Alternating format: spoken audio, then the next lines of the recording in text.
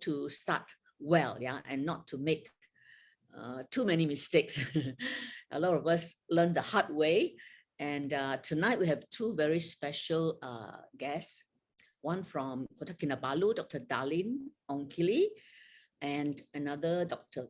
Ng Hom Pak, who is from Perak originally and now working in Kuching. Yeah, so you can see from our years of graduation that I'm really a bit historical. 1976, Dr. Darling is 08 and Dr. Ng is 1986. So we will allow the younger one to start first. And Dr. Darling, okay, before I forget, let's go into the next talk coming up. If you really enjoy this, you will look out for the next talk, which is on specialization. There'll be 3 specialists coming up for this: a cardiothoracic surgeon, a ENT specialist, a family physician, and a radiologist.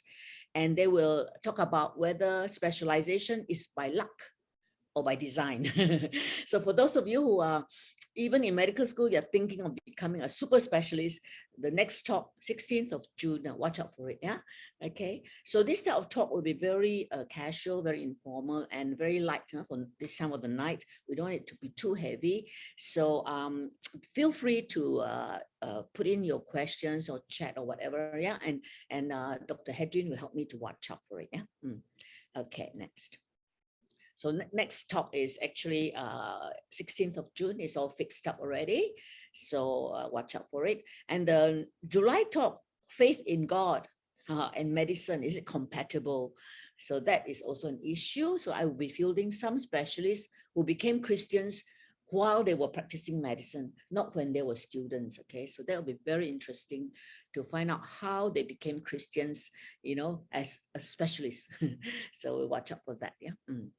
So I want to pray this time that the God of our Lord Jesus Christ will give to you the spirit of wisdom and revelation, that the eyes of your understanding will be enlightened, that you may know the hope of his calling, the riches of your inheritance, and above all, the exceeding greatness of his power towards us who believe. Exceeding greatness of his power towards us who believe. And this is something that Houseman should claim this verse and say, God, you have the power to help us. So in your time of despair or darkness, please remember our God has hope. There is riches, there is power to help us. Yeah. So don't despair and don't suffer alone. Yeah. There are people around who can help you. So with this, I will move on to Dr. Darlin. Would you, do you have a screen you want to share? No, I think it's going to be talk. So let's do your speaker screen. Okay. So Dr. Darling, maybe instead of introducing you, I will stop screen. Okay. I will ask you some questions. Yeah. So you're from KK originally, and you went to Ireland to do your medicine, right? Is that correct? Or A levels? Um, I I am a Sabahan. I'm born in Kota Kinabalu. I'm raised in Kota Kinabalu. I go to school in Kota Kinabalu. And then I went to matriculation actually after SPM. After that, then I left for medical school to Ireland. Ireland, yeah. And then you did your housemanship first year in Ireland. And Yeah. when you came back, you had to do a second year in Kota Kinabalu. Is that correct? Yeah, that's right. That's correct. Because it's at that point in time, I think housemanship was 2 years, supposed to be 2 years, but I decided after I graduated, I wanted to try something. You're still young, you wanted to try to do housemanship overseas, so I did 1 year in Ireland, and then I applied for exemption actually from doing 2 years of housemanship. So I managed to get exemption, so I did only 1 year in Malaysia. Okay, so it's very, very interesting. So because you have experience in two cultures actually, and a medical system and so on. So would you like to share with us your experience, maybe first of all as a houseman, and then maybe how you moved on to become a specialist, and the present condition now, you are in charge of houseman training in the accident and emergency for QEH, and Yes. also you are in the committee for the HO. Yeah, is it the Yes. disciplinary committee? No, it's more like a coordination committee at the hospital level for houseman You're not the training. one. The houseman will see if they have problem.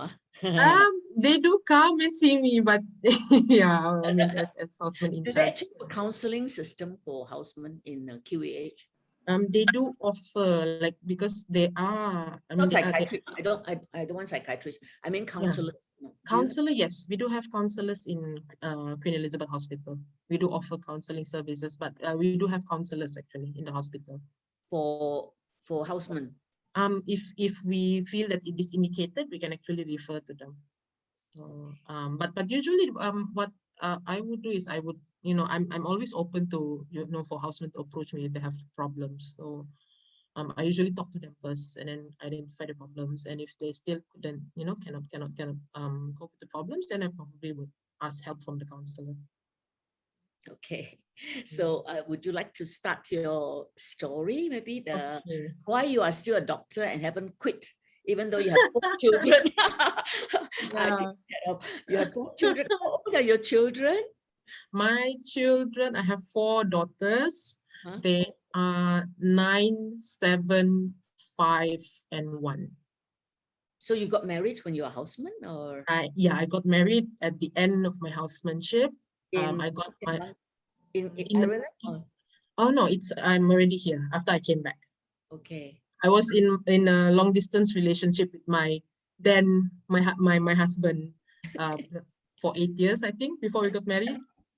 So, Okay, so this is one issue I might want to ask you later for especially, is marriage a good idea during houseman? Because I tell my husband, don't make important decisions during housemanship, because there is a very bad time for any serious decision. Your brain is, Yep, yeah. But anyway, maybe I'll pass the time to you for about 15 to 20 minutes. Thank you.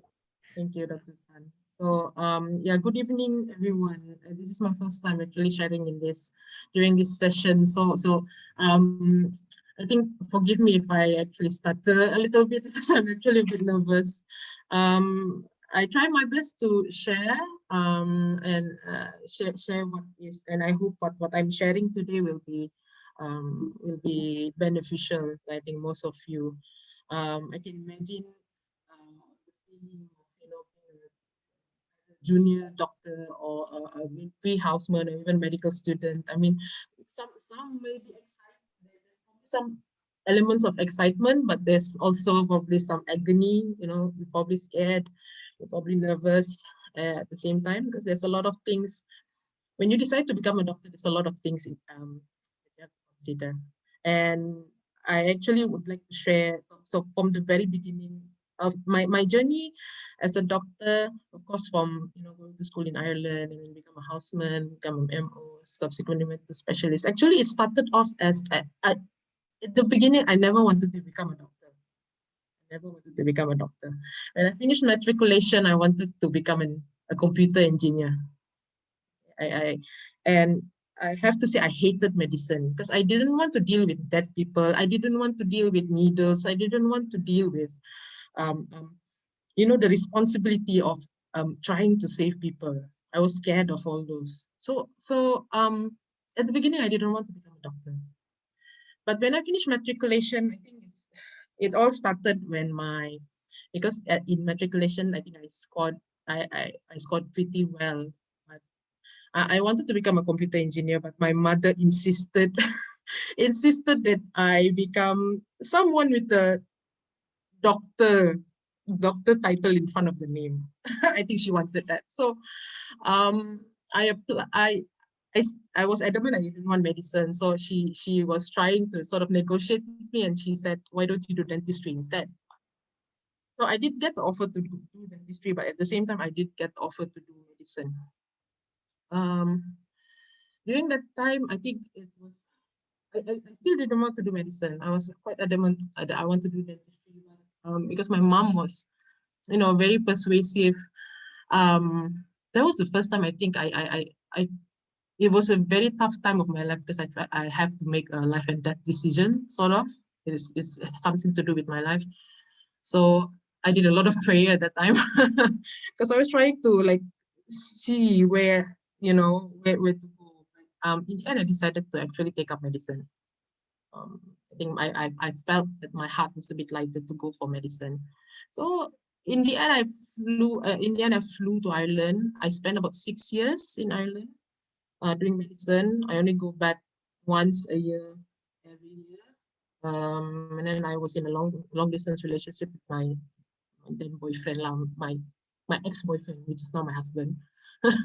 So and I spent about good 6 years, and of course I miss my family. And being I would consider myself very patriotic because I miss Malaysia a lot. Unlike some of my friends are actually, they really look forward to work overseas, while for me, I always look forward to go home. So I thought it was quite difficult just living far away from family. But after 6 years completing, I managed to graduate in 2008, and then I decided to, just for fun, since I am in Ireland, um, I decided to do internship for 1 year. And an internship in Ireland is only for 1 year before you actually go to the SHO. So SHO is senior house officer, which is equivalent to MO-ship here. Okay, so only 1 year. So I spent 1 year doing housemanship over there. And then after that, I came back to Malaysia. After that 1 year, I came back to Malaysia and I applied via SPA and I have to do another year of housemanship here. So how was, I'm sure a lot of people are wondering, and especially these junior doctors are probably wondering what are the difference between, doing overseas and coming back, and do I get culture shock? Yes, absolutely. I got culture shock a lot.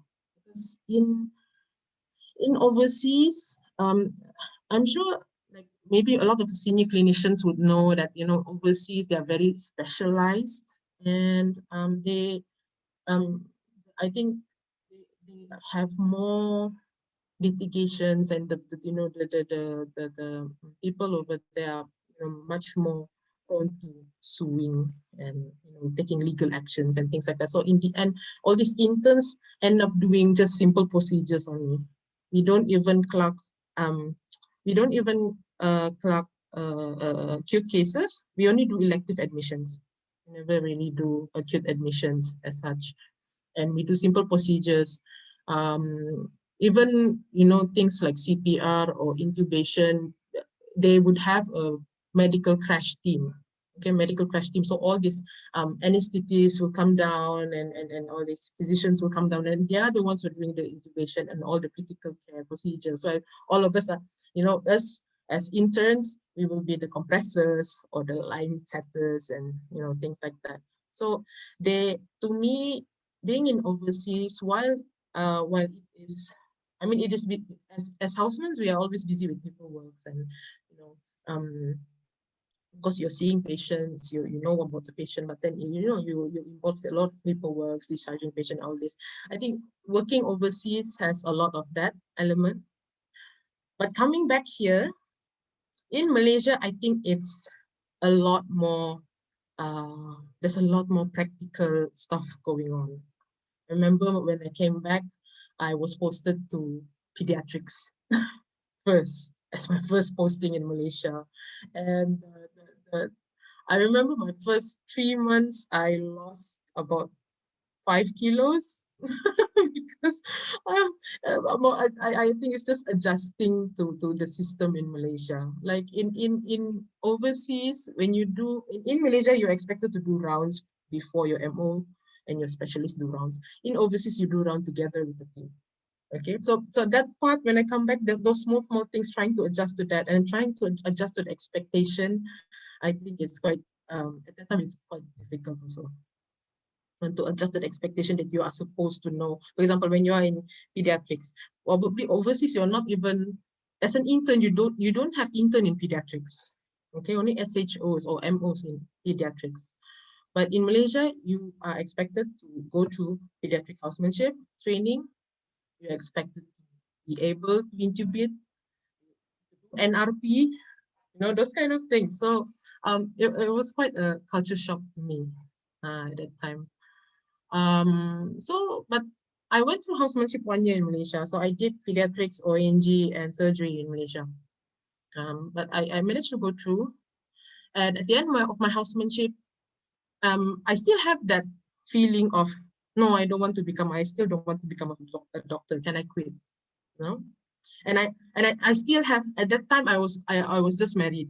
Okay, when I finished my housemanship, I was just married. And I was thinking to myself, for my MO posting, I want to do something office hour. Okay, office hour. So I no on calls. I only want either clinic kesihatan, I want to do administrative, I want to do pathology or radiology. Okay, I wanted those posting, but unfortunately, the Jabatan Kesihatan called me up. If you would like to stay in KK with your husband, you have to go to ED. No choice. You have to go to emergency department. All the clinic kesihatan are full. There's no way. If you don't want, but at that time, because in ED is shift work, and I actually hated emergencies. I hated emergencies. I didn't want to deal with emergencies. I get panic easily. And I always cannot imagine how people can make decisions in such a, chaotic environment. I hated emergencies at that time. And I was like, I don't want to go to emergency. Can I please don't? I don't want to go to emergency department.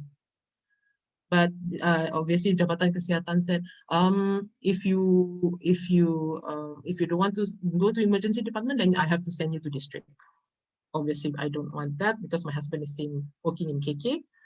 So I accepted that, and I actually started working in emergency department.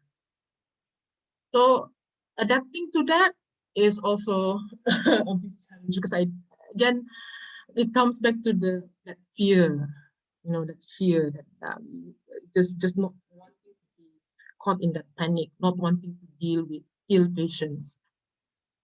But I think throughout the 3 years I'm in the emergency department, after about 2-3 years, I got a bit comfortable, and I thought, okay, I maybe can do this. But at that point in time, I haven't had that thought of being a specialist. I wanted to become a chronic MO. I said, okay, I'll work in the emergency department until wherever lah, until pension or something. So but after 3 years in the emergency department, it was my back then it was my HOD who actually challenged me in a way. He actually said, you just go and apply for your masters. Just go and apply. I mean, you just apply lah, tidak semestinya dapat. You don't know if you get it, but you just apply. So I applied and I got it. So me being the type of person who if you get something, you always try your best to make the best out of it. So I actually accepted that offer. And at that time, I was pregnant with my second baby. Okay, so and actually I got 4 daughters. Prior to my first daughter, I had 2 miscarriages, and I was working in A&E at that time. Thank God, my third pregnancy at the time, it was all right. So I got my first baby, and then when I got into masters, I was 12 weeks pregnant with my second. But anyway, I went to masters. So I went to masters, and this is another, because I was from East Malaysia and I'm used to East Malaysian patients. I find that moving to KL, because I actually got in campus. So meaning to say 4 years in KL, full time 4 years in KL. So when I was doing my masters in KL, there's another culture shock. The patients are different. The patients are different. Even to a certain extent, the clinician also are different. I feel, compared to when working in East Malaysia.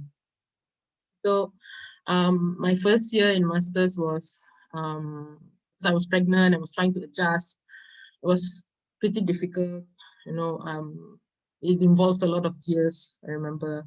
And for 4 years in Kuala Lumpur, I I never failed to go back. Once a month, definitely I'll go back to Sabah because yeah, I was pregnant with my second, and I came back to deliver my baby.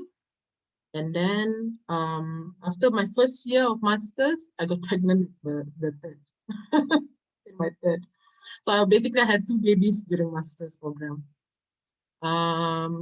So after two babies in master program, I managed to finish the fourth year, and in 2018, I eventually came back. So I came back to Sabah.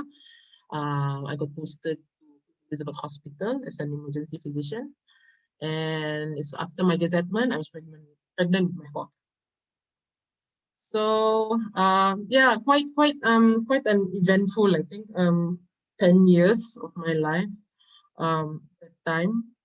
But so I think but because the topic of this sharing is 5 tips, right? There's 5 tips, survival tips for housemanship. So what I learned from my 10 years of experience, I mean, it's not as long as all the senior clinicians here, but what I can probably point out 5 tips that I want to give to my dear aspiring juniors here is that of course, number one, you need to know your basic science lah. Okay, because I felt that when I go to masters, I went for masters, I hated physiology so much. So I had to struggle a bit during masters. So I think especially those who have just come out of medical school or who are in medical school, understand your basic sciences. I think it's one of the things that you need to do. Okay. Number two, what I like to say is appreciate your strengths. Appreciate your strengths and acknowledge your weaknesses. It is okay to feel inferior. It is okay to feel weak. It is okay to be sad. It is okay to cry. It is okay to feel stressed and angry. Okay, because they are all reactions to whatever it is that's happening um, during your career in the future. But you have to acknowledge um, if you are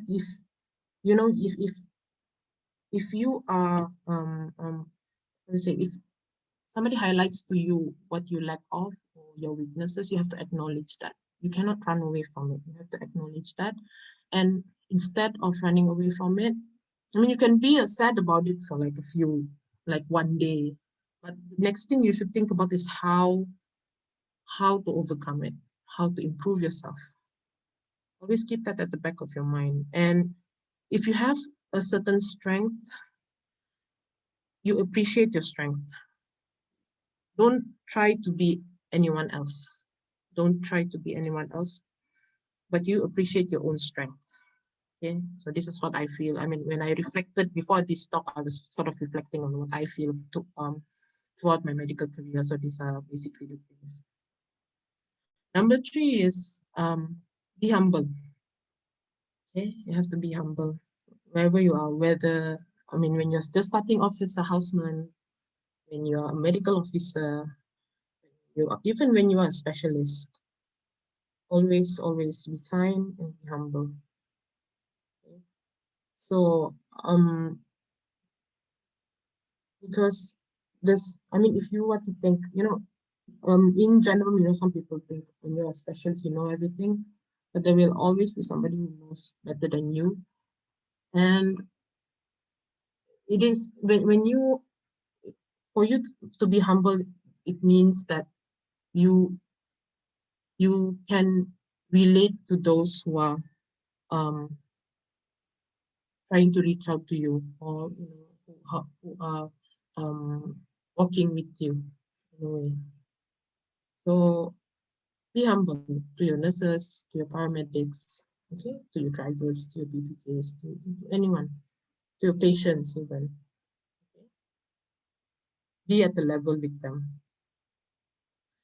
And number 4, I think this is, this advice I think is the most important, because this is the thing that actually got me through all the challenges that I had. Get support. Yeah, I think Dr. Tan did say just now, get support. If you are in trouble, if you feel that you're lost, get support. I'm very blessed. I'm actually very blessed because my family and friends are very supportive, and that got me through. It got me through a lot of the challenges that I had. And as much as you can, try to develop a coping mechanism that is and that's healthy.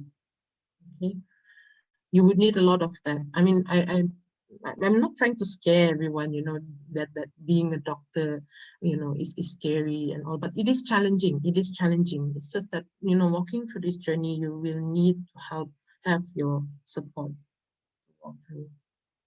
And lastly, I think to share is have an open mind and an open heart. Okay? As much as you trying to put expectations on yourself, or people trying to put expectations on you, always have an open mind and open heart, and try to accept whatever it is that's in front of you. Okay? Maybe it's God's way to try and tell you what you are supposed to do, or it's His way to tell you that, to guide you. So always have an open heart and open mind while you go through this journey. So the question that I have for myself is, did I regret? Maybe all of you are wondering also. So did I regret being a doctor? I'm actually very thankful. I'm thankful because if I compare myself now than 10 years ago, I'm way better off than what I was before. And I think it has shaped me to, I feel it's a better, what I feel is a better person. And from hating medicine so much and hating emergencies so much, now it becomes my passion. And I really feel that this is my calling. And I really feel that this is God's plan for me, because all of this, I didn't ask for any of this to happen, but it's because He facilitates it. He was there when I feel, when I feel it's tough and challenging. He is always there to help me to go through it. So I really praise God, and I thank you, God, and I thank you all for listening.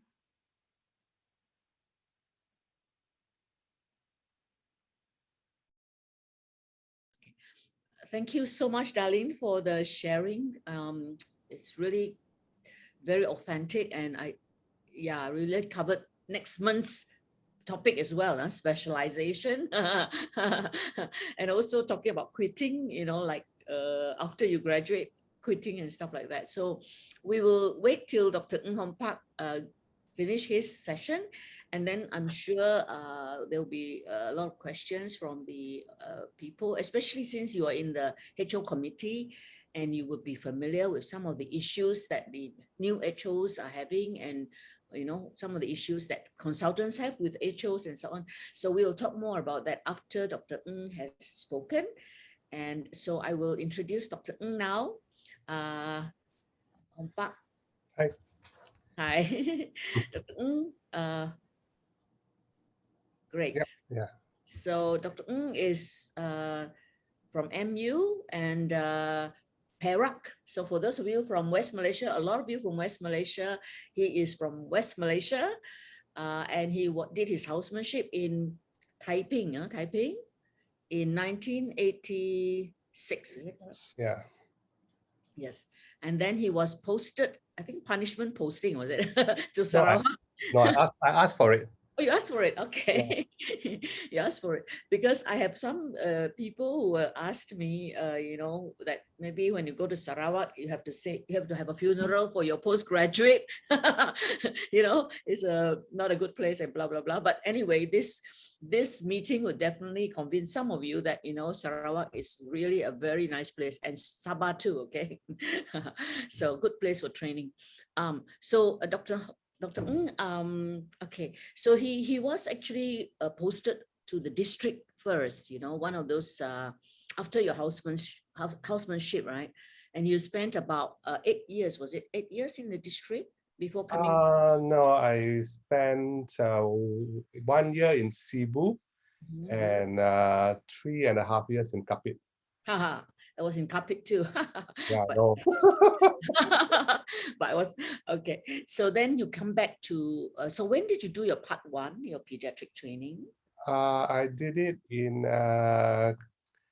part one was done in Kapit. I The remember MRCP, isn't it? I think you joined the I course joined that I ran. I joined your courses. Yes. Part one courses, yeah. We ran some every year we ran some courses. So those days we did the adult. You were the ones also did the adult MRCP part one, which is Yes. really tough. Yeah.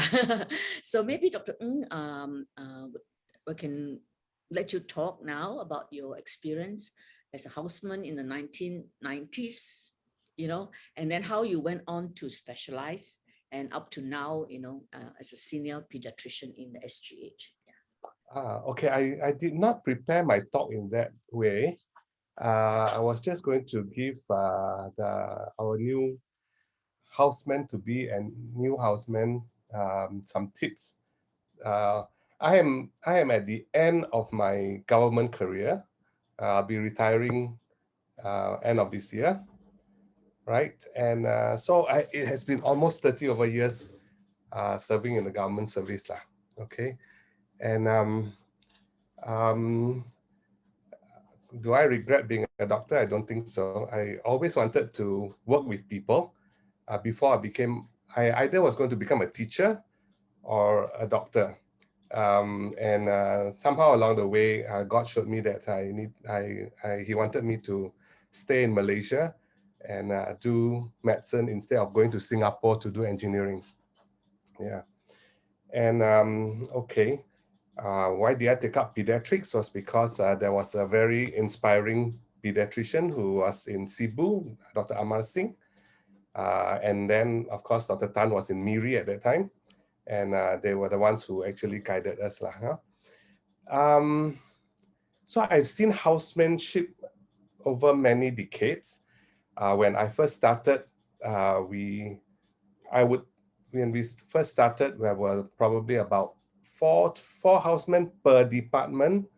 Like in surgery, let's say, there are only 4 of us. And there are 2-3 wards to take care of. And so you practically take care of 1 ward yourself with 1 MO. Sometimes you see your specialist, sometimes you don't. That was housemanship during my time.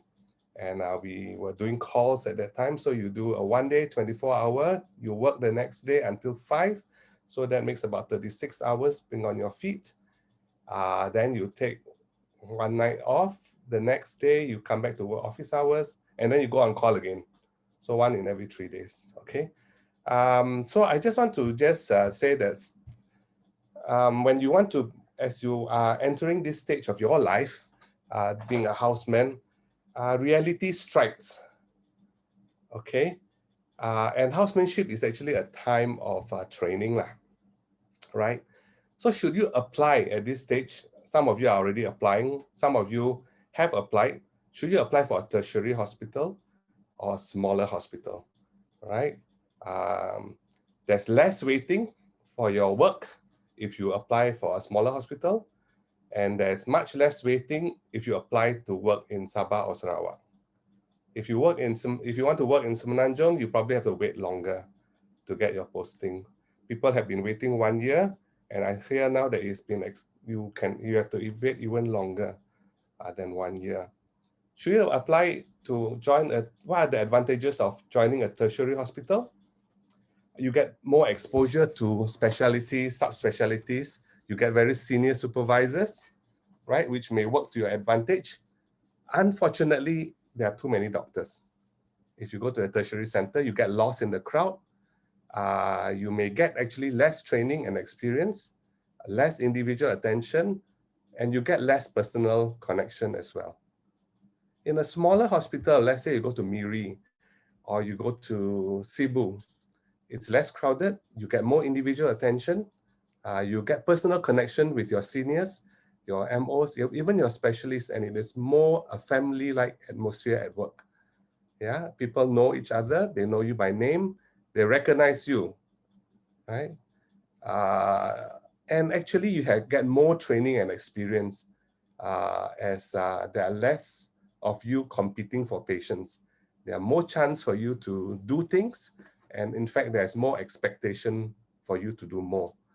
So people who actually work in the smaller hospitals become more confident at the end of their posting and at the end of their housemanship, right?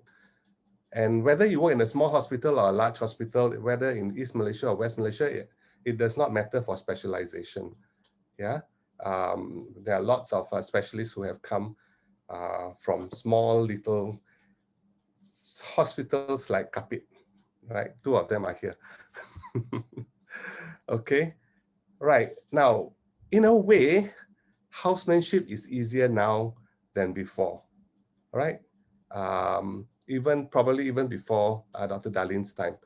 Now there are really too many housemen. There are very many more housemen per ward. And so there, in that way, it is easier because there's more of you to share out the work. It is a shift system now, gone are the 33 hours work day, and you work shifts. You are guaranteed rest days, right?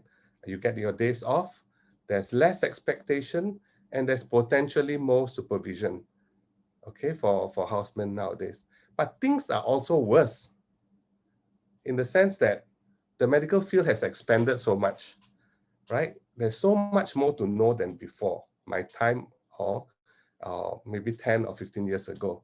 Patients' expectations are also higher. Now you have to compete with Dr. Google, right? You have to wait at least 1 year before starting work. And you can imagine how much is forgotten by the time you start work, right? Because there are more housemen now, there's less attention to you from seniors unless you stand out as exceptionally good or exceptionally bad. Then we remember you. If you're mediocre, you are lost in the crowd. There's less effort on the parts of the senior members or staff to get to know you individually because they see new housemen in the ward every few weeks. You can't even remember your names, can't even remember what you look like, right? Sometimes you are in the ward only for 2 weeks and then you're gone. So it's very hard to have a rapport unless you step up. Yeah. And so there's a lack of sense of belonging in any ward. So so housemanship nowadays, things are better, things are also worse. So how do you survive your housemanship? I think very important is your attitude and correct expectations. The first attitude you must have is don't be afraid of housemanship. You can survive, right? It is survivable. But you need to be eager to learn, right? Every posting, every ward, every rotation is an opportunity to learn something new. Read around your patients. Okay, that's the only way to remember. Read around your patients. And if your seniors give you a reading assignment, do it, right? It is very easy to neglect it most of the time because your seniors will also forget that they asked you to read because there's just too many people around. So in the end, you don't progress. So it's still up to you. Read around your houseman tutorials. You will have a lot of houseman tutorials. Read around it. If not, it all goes to waste. Yeah. Then expect to be corrected. All right. Sometimes even reprimanded. But this is actually not special in medicine. This is the same in any job you do. When you are new to a job, expect to be corrected, expect to be reprimanded. If you cannot take that, don't work, be a bum, right?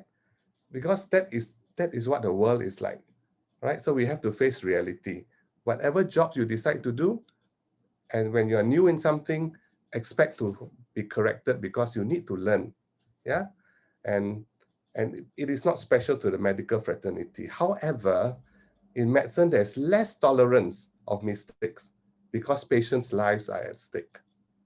Okay, so you should be prepared to be corrected. Take it in the right spirit, as Darlene had said earlier on, and learn from it. However, do not tolerate bullying or harassment. Okay, report to people like Darlene, to people who are in charge of houseman training, or in one way or another, maybe see a friendly senior. And if you are in trouble, always seek help. Don't keep it to yourself.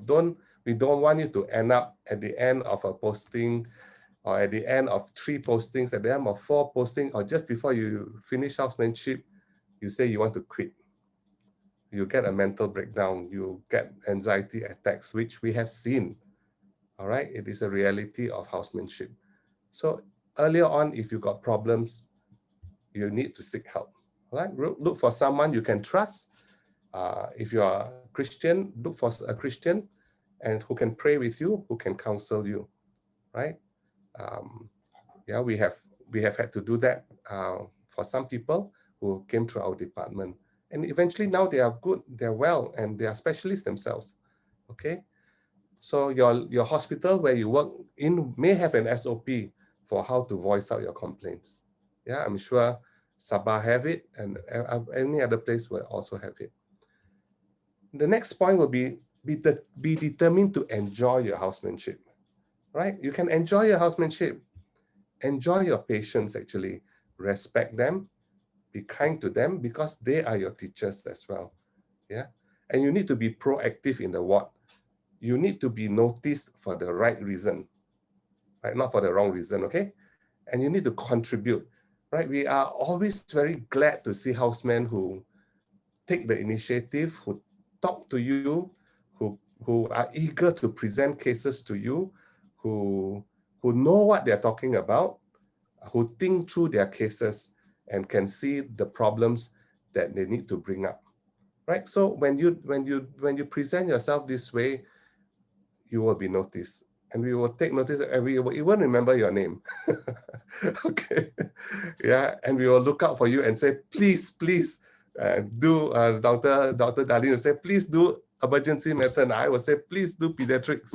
Okay, yeah.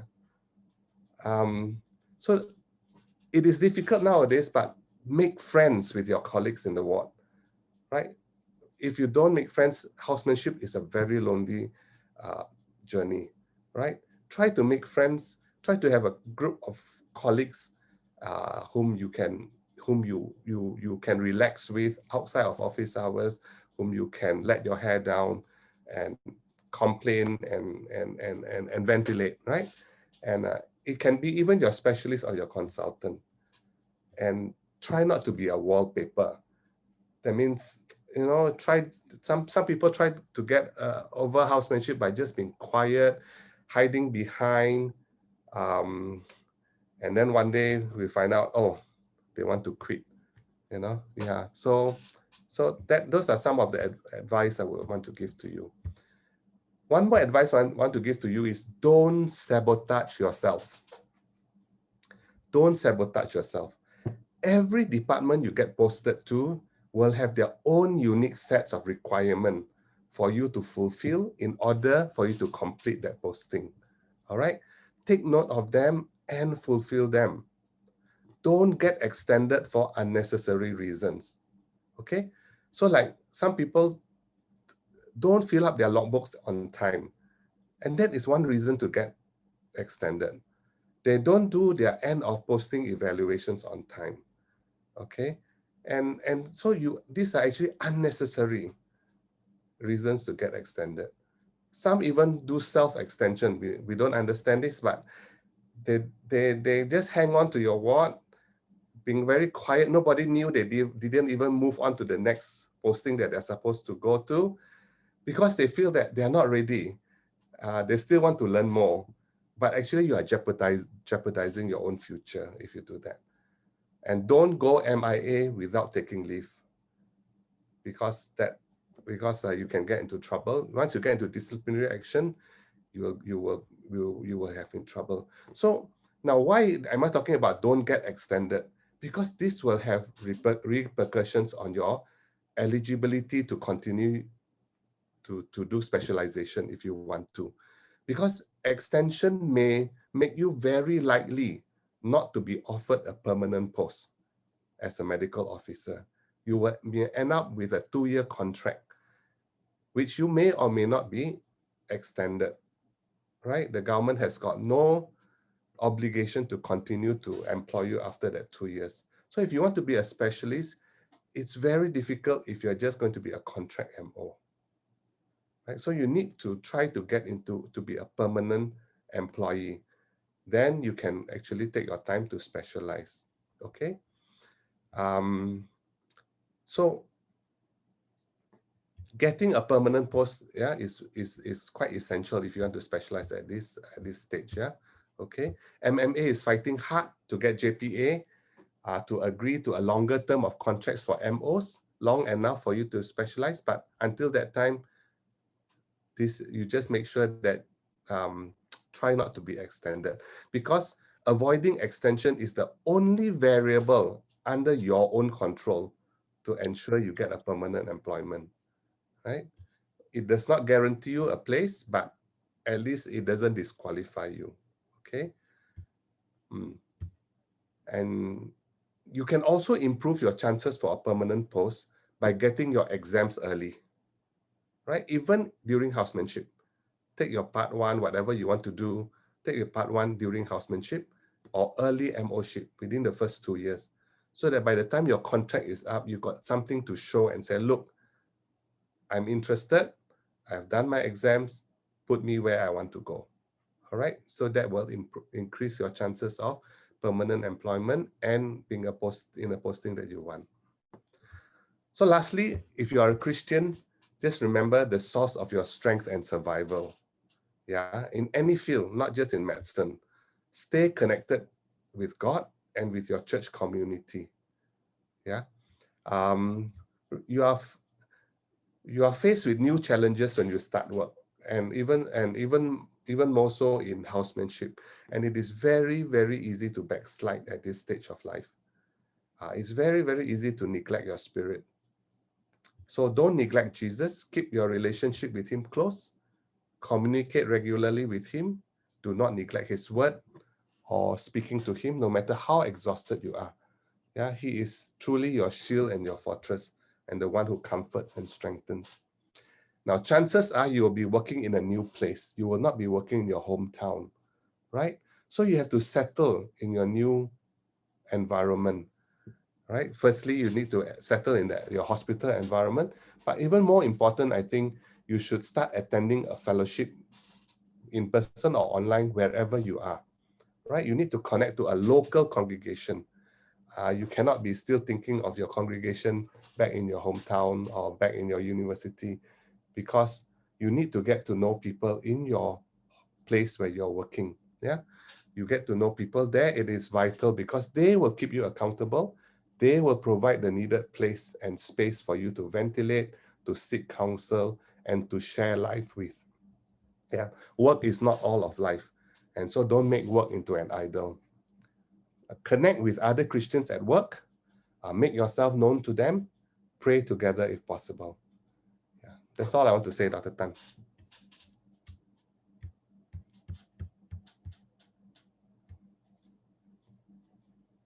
You are muted. You are muted. Okay, that is really a good, yeah. So I think all of you who are not housemen yet, I think there are some who are already housemen.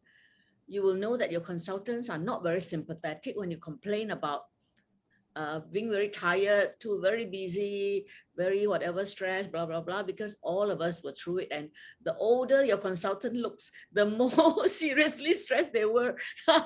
So my time, 9 housemen for the whole Sarawak General Hospital, 600 beds.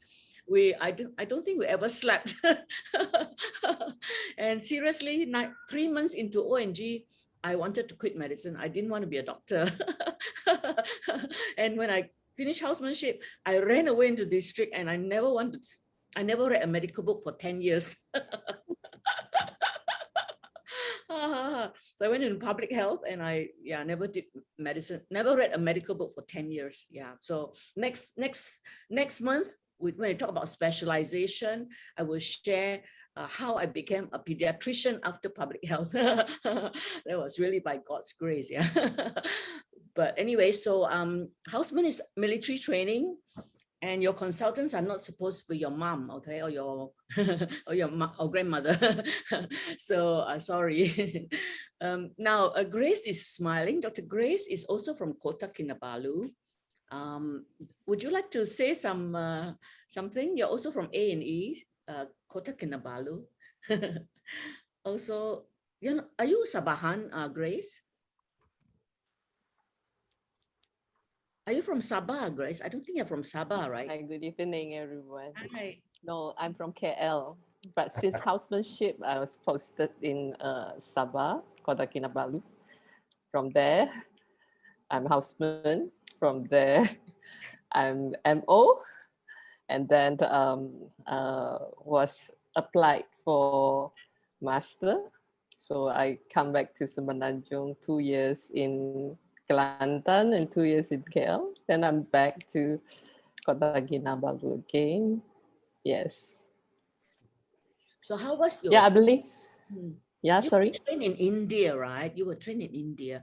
So your Yeah. housemanship, was it in India partly or in Kota Kinabalu?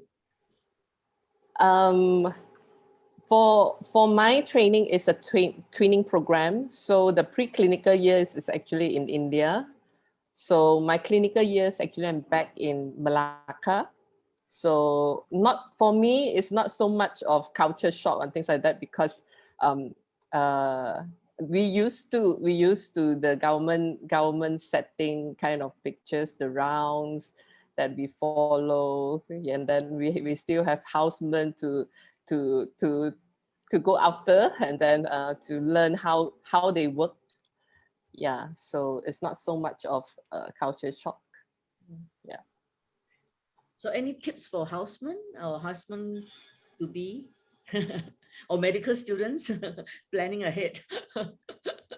I think both of our speaker this evening have beautifully summarized those important points. And for me myself, because when I'm during my housemanship, I'm just a new believer. I'm very far from him. The big difference that I can highlight is that when I'm in as a medical officer, that is where my walk with God that gets in close, and then how he prepared me to go for master. And when I go into master again is another journey as a student, that I really, really thank God that make me see the difference, that when I go through my undergrads, that using my own strength, my own understanding, or my own strength to go through that 5 years. And when I have my Lord that walked through my 4 years master program in emergency medicine. So I enjoy, well, there is still challenges, there is still difficult time, both undergrad and postgrad, but the walk is beautiful when you know God is with me in the journey. Yeah, I really appreciate Dr. Darlene and Dr. Ng shared those important points. It's about the attitude, and to always remember why is the first point that we step into medical field. Do not lose that passion. This is what I do when emergency medicine posting is almost the end of the houseman posting after 2 years. Either it's 5th posting or 6th posting, and they already got exhausted. Those who are good, like what Dr. Ng has mentioned, they know what they want and they know how to progress. They know how to merge and they know the tips of survival.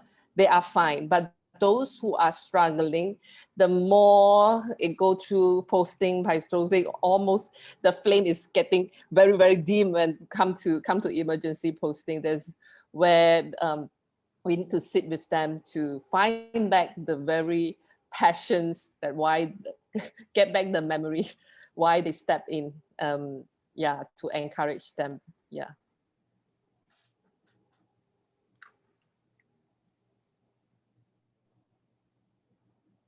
Dr. Potin, you are muted.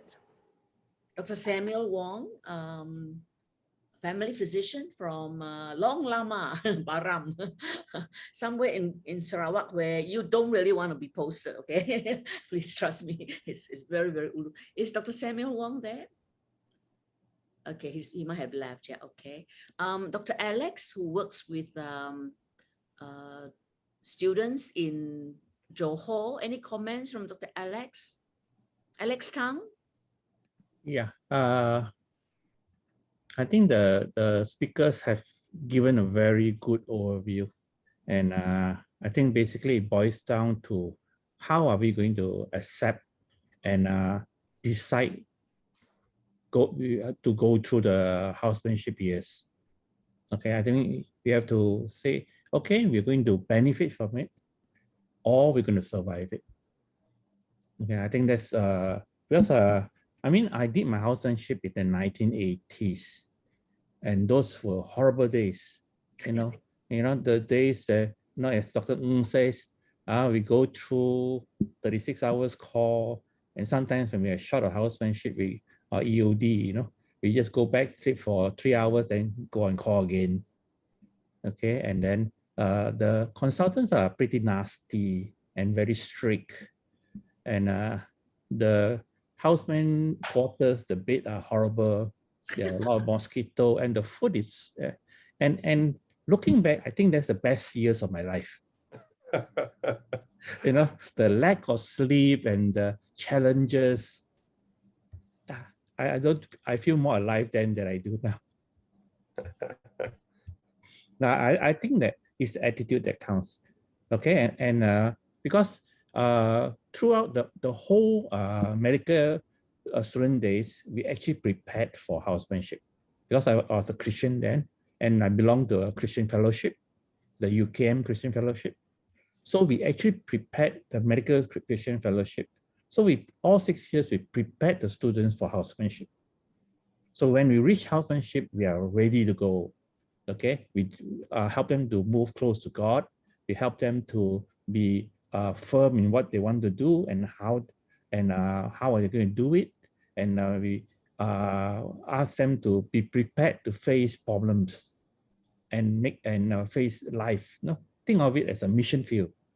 Think of it as a missionary going into the tough grounds, hard grounds. So they're not expecting an easy ride.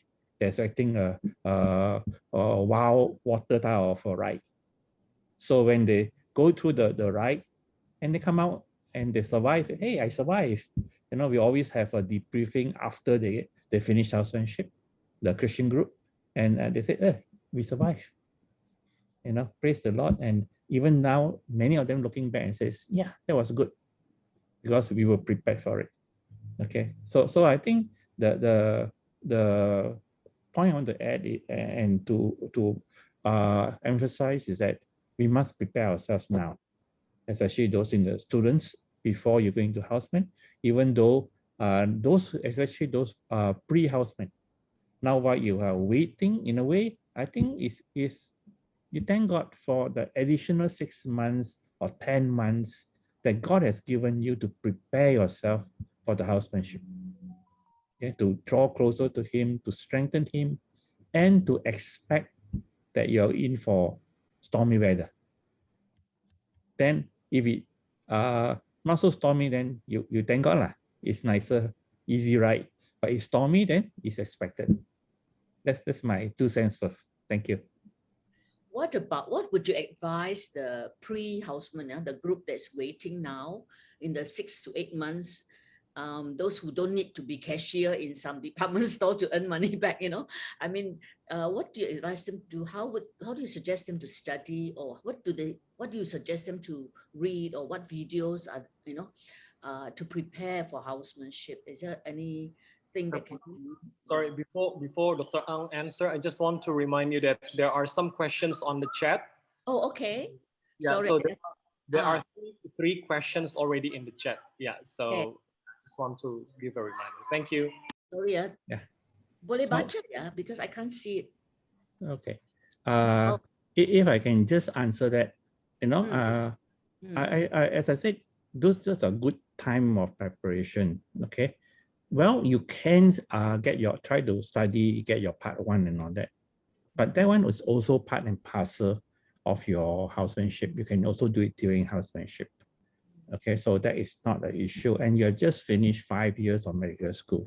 So you're full of medical information. Okay. I always advise people, why don't you take a theological course? Yeah, I mean, you have 6 months. Most courses are 3 months. Okay, do 1 or 2 theological courses. Okay, that will help you to go deeper in the word, know the word better.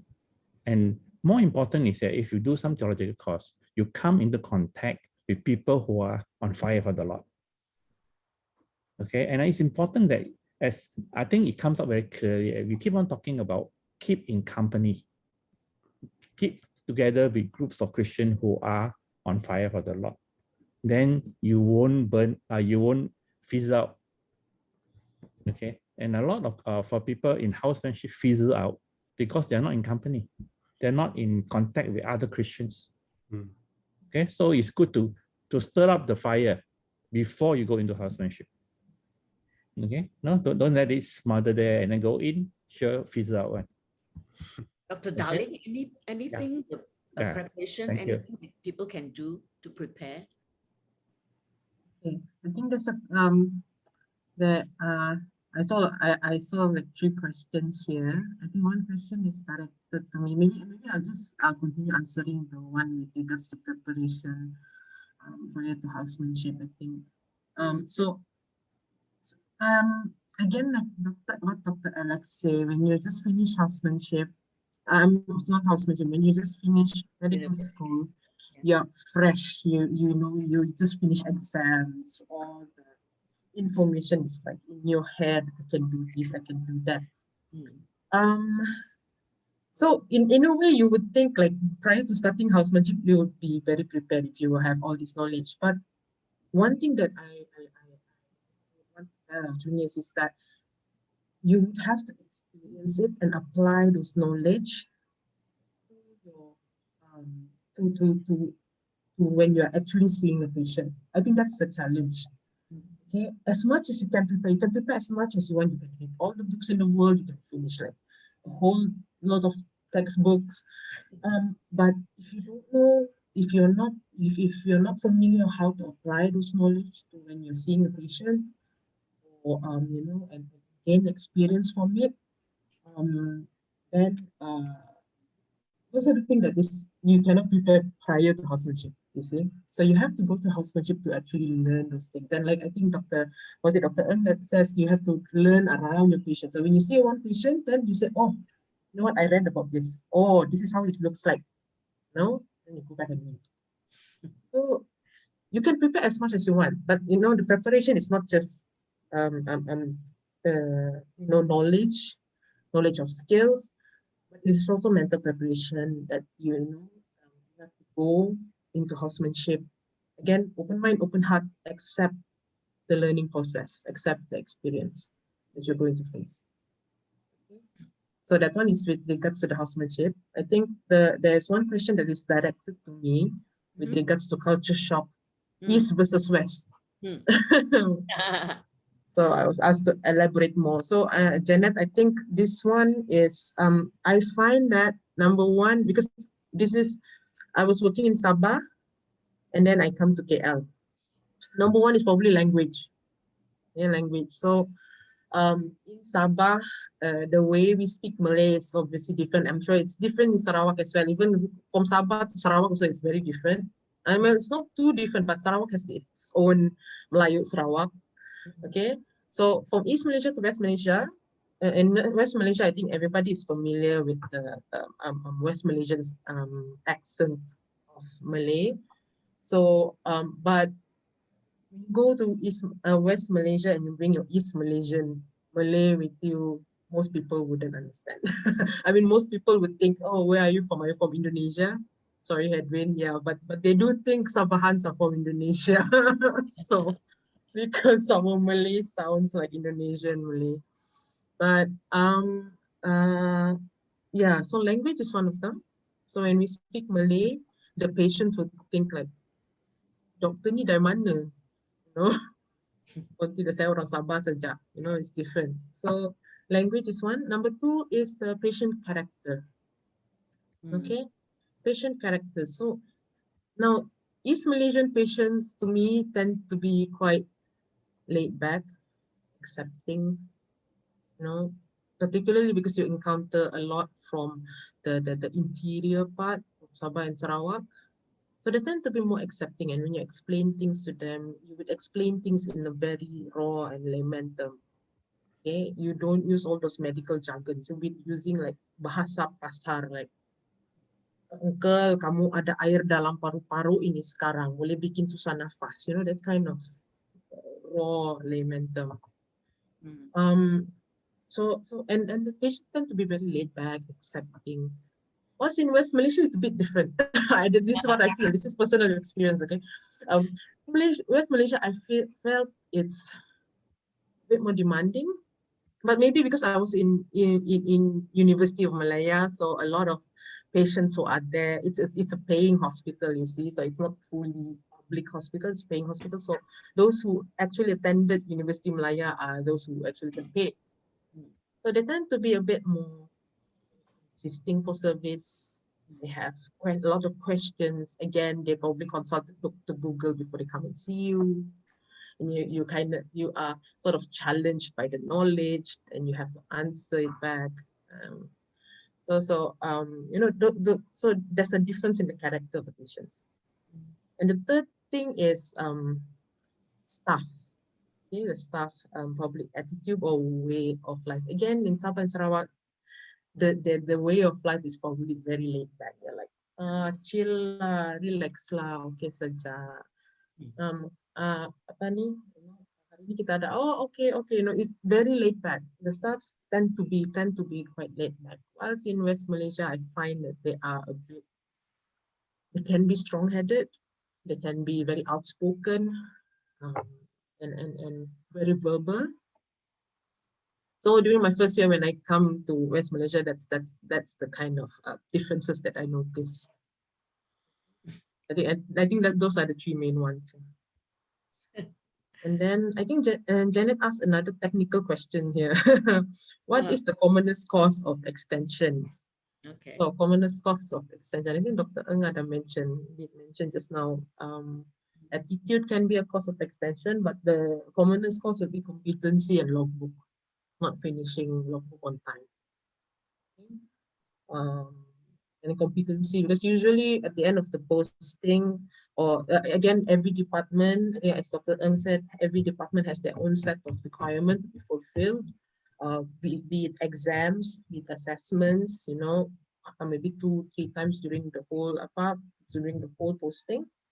So if you don't fulfill that, or you know, you perform below what is the set standard for you to pass, then you can be extended.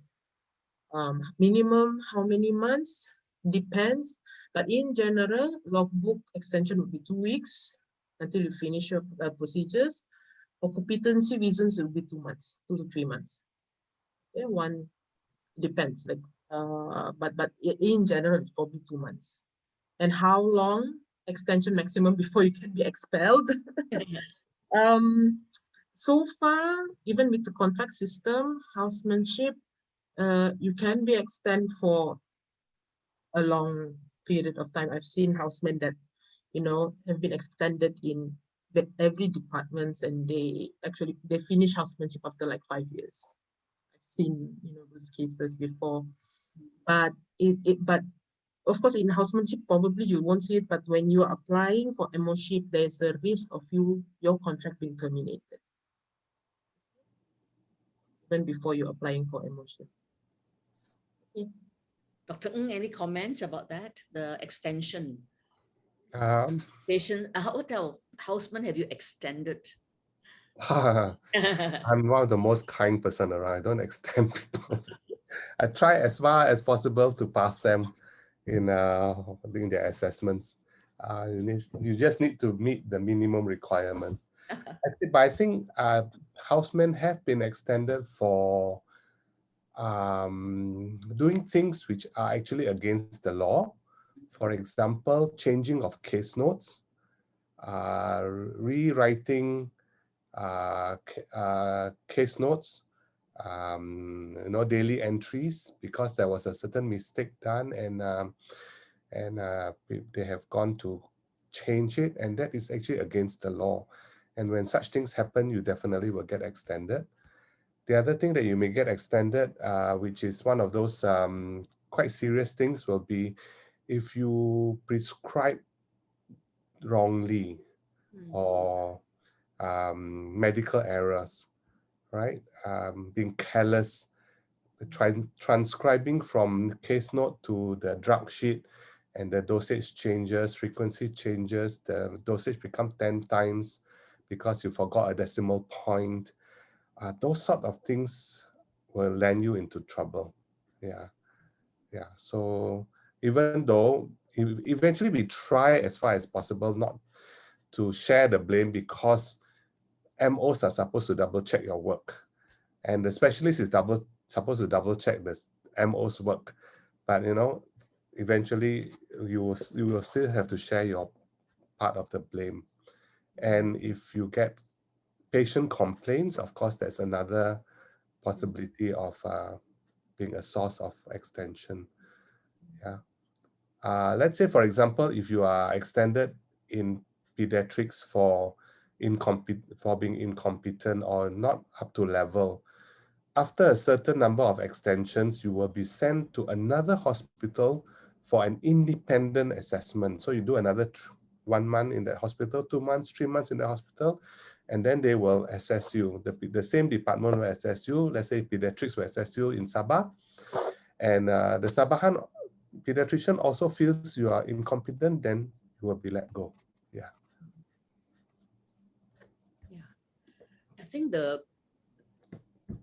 I think for permanent extension or expulsion, I think probably cheating and telling lies. I mean, we know everybody fall asleep. I fell asleep when I was on call, and my boss gave me such a back shelling. I was depressed for a long time, but everybody falls asleep. So, so you don't have to lie about it. So I think the most important for everybody to know is that consultants have a very bad, they can smell a lie very far away. So if you tell a lie, God help you. And if you cheat or you MIA or missing in action, or I think this type of attitude issues, because I think when I see housemen who start from zero, who don't know anything at all, I'm very happy, especially pediatric unit, they're very safe. When they come in and they try to use the medical dosage or the surgical dosage, OMG, I cannot sleep, because the dosing will be everywhere, and they are very careless sometimes. Yeah, so I prefer, for me, I think ignorance, people who know they don't know, I can work with them. So any houseman who say I don't know, I give them 5 marks. Okay, anyone who BS or bullshit or tell lies, they'll be, I think all the consultant will start target watching them, and behold, one day they will get it, because so don't think that we so consultants, we are so old, most of us. So we can tell. So don't BS, don't, if you make a mistake, and it's an honest one, you just say it. I mean, everybody makes mistake, and I think important thing is to make a relationship with your seniors and others, so that they will cover you. Yeah. So even you make mistake, they will help you to correct a bit, especially in the nurses. Yeah, they will say, "Hey, doctor, this one." So very important to be very good friends with your nurses. Okay, otherwise they will sabo you. They will, they will just purposely be very busy when you are looking for help, need help. They will just be very, very busy, and suddenly you'll be, so be very careful when you suddenly realize nobody want to help you, nobody want to work with you, nobody want to be, cover you. You are in trouble. You have to check your attitude. Yeah. So I think I find that in housemanship, I was quite a good student. By the time I did housemanship, I knew zero. So in O&G, patient shock, what to do? So the nurse said, put this one or put this strip. How fast? Zero, we don't know anything. I think that's a good place to start. When you know that the nurses actually know more than you, and you're willing to say, I'm so sorry, I have a very good degree from a very good university, but I really don't know anything. Can you help me, please? And just follow. And usually it's safer, so I think with that attitude, you will never get extended even though you may take a bit longer to pick up some of the skills, but I think nobody will extend you. Is that correct? Even Dr. Grace, would you extend people who don't know? Of course, chronic don't know, you're in trouble, but at least if you are trying hard and you try to, I remember Dr. Ng was telling me about one very good houseman, but he really has can't pick up, like pediatrics is quite tough. Yeah. So finally, Dr. Ng said, I pass him because he's very good with videos. He's very helpful. He's got very good attitude. He's very good with patient. I think pitch is not his field. So anyway, we just pass him on. It's okay, because he's not going to do pediatrics. He's going to, public health or something, So I think most consultants, we really hate to extend people, right? Especially the ones who are really trying and they are hardworking and they really have a heart, so so anyway, any comments from anyone want to ask any other questions before we break up for the breakout? Yeah. Okay. So for the breakout, I think Hedwin, Dr. Hedwin, masih ada? We will probably have to split. Yeah, Dr. Hedwin. Yes. Okay, cool. So we will have about half an hour. So those of you who are a bit shy with the questions and so on. Oh, there's a question, is it? No. I just announced on a mission or job or working opportunity in United Arab Emirates with a Christian hospital there. They're looking for Southeast Asia and also Malaysian doctors. Anyway. Yeah. So, okay, before you guys go off, please, the idea of this type of network is not just for this type of meeting. Yeah, it's actually for you guys to try to find your local specialists who are Christians, or to find a group around your hospital or your, and try to get some relationship built up. So if you need any help, like you're posted, say, to Sabah, or you are posted to Sarawak, then by all means, feel free to write to me or Dr. Ng. We will definitely watch out for you and help. Of course, I won't lend you my car, but we will make sure, to help you to find some nice place to stay or whatever. But so the idea of this fellowship is actually not just for spiritual or anything, but also it's actually for you guys when you're posted to a place that you don't know anybody within Malaysia or even Singapore, through our network, we have good links. We can help you to link up, so that you never should be alone. Okay, so if you're posted to some place that you can't even find on the Google map, then by all means contact us. Maybe we do know somebody there who will be able to help you to settle down, so that you will not be lost. Okay, we don't want you to go to a place and then get a lousy accommodation, get cheated for whatever, and then find yourself so lost and alone and so on. Yeah. So so before I leave, any last words from the other two specialists, and then we will split up, and then from there we will say bye-bye and God bless you to the next meeting, which is on the 16th of June on choosing your postgraduate. And I am going to tell you my story, which is accidental, and other people will say it's design or it's planned, but so it'll be a very interesting session, I think. Yeah. So so any comments from Dr. Ng and Dr. Darling before we leave for our breakup groups? Dr. Darling, yes, thank you so much for spending time away from your children. Okay, okay. I got my parents to take care of them. So okay. Thank God. Is your husband a doctor? No, Oh, he's okay. non-medical. But I would like to thank the opportunity because it's my first time. I think it's pretty refreshing, reflecting back. And I actually learned a lot from all the consultants here, particularly I think after Dr. Ng gave his sharing just now. I feel like I want to become a houseman again. So. Wow, so good. If I have a consultant like you, gonna be so happy.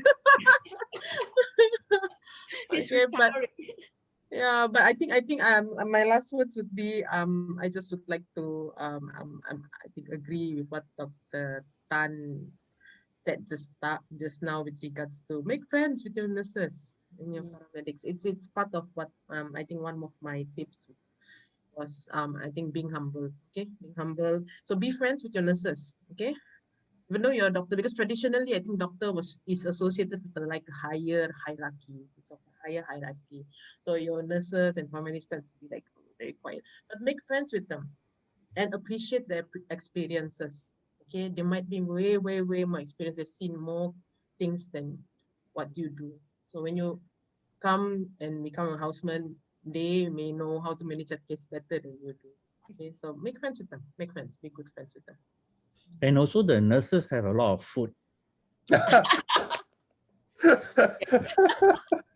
If you're nice to them, yeah, they'll be very nice. Yeah, I agree with the getting to know your nurses part, because when I became a houseman, my first posting was surgery, and I was left in the ward to take care of 30 over patients on the first day of my job with nobody to guide me, no senior doctor to guide me. And who guided me? The nurses guided me. How to discharge the patient, whether the patient can be discharged, what to do when you get to discharge them, what to look out for. They were the ones who taught me. Yeah. Unfortunately, there was a housemanship at that time. Now at least your doctors are around, your MOs and your specialists are around. Yeah. Okay. My last word is that just remember, you will get through housemanship. All of you will get through housemanship. Yeah. You made it so far. You made it so far in medical school. The only reason I can think of for you not to make it through housemanship if you didn't want to be a doctor in the first place. So Dr. Darlene, you actually made it through very well. Praise God for that. But actually, I find that a lot of people quit because they actually didn't want to be doctors, and they were forced to take it up by their parents. And these are the ones who will end up with a lot of trouble. Yeah. Again, it depends lah. That's why I say open heart, open mind. Yeah. If you accept if you accept the path in front of you, eventually you make it life. Yeah, that's right. Yeah, but it's a harder climb. It's a harder climb. Yeah. But don't quit on yourself. Don't give up on yourself without talking to someone like us. Okay. So we have been there. We have all wanted to quit at one point or another. Don't quit. Don't quit on yourself. Yeah. Don't give up on yourself, on your dreams, and don't allow anyone to tell you you are not good. It is not a tombstone. Okay. A consultant may hate you, like one of my consultants really hated my face. He really, gave me a hard time, but I still moved on and I have become better for it, So don't allow anybody to tell you you are not good.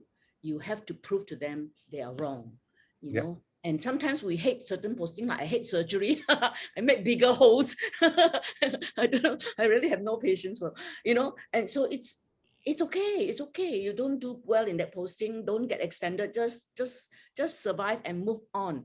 But don't say, oh, my F in surgery means I'm going to be F in everything else. No.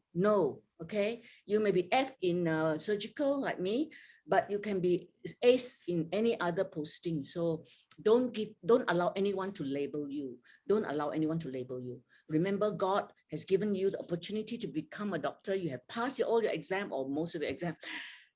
You can make it. Anybody can make it. Yeah, really. You will, as you hear more and more stories from us, you will know that all of us have gone through phases where people have labeled us, and that label should not stick. Should not be allowed to stick. The bad labels are F and fail and cannot make it. Poor prognosis. I was given a 0 prognosis for doing pediatrics. Yeah, oh, she'll come back like this, cuckoo, wasting 2 scholarship. And when I came back, they said, oh, how did you come? How did you do it? I said, God, you know. So please, seriously, if you really feel like quitting, talk to one of us, you know, or even go to Hedwin, get our contact, give him full permission. Talk to one of us. Don't give up. The moment you give up, the problem is getting back is an issue. So don't quit. Don't quit. Don't allow your consultant to force you to quit. No. Okay. Don't quit. You know, just talk to someone. Talk to a few other people. You know, don't talk to your colleagues because everybody's depressed and they will tell you to quit. Don't quit. Just talk to the seniors. Talk to someone way ahead and someone a bit further along, and you will know that you can make it. All of us can make it. You know.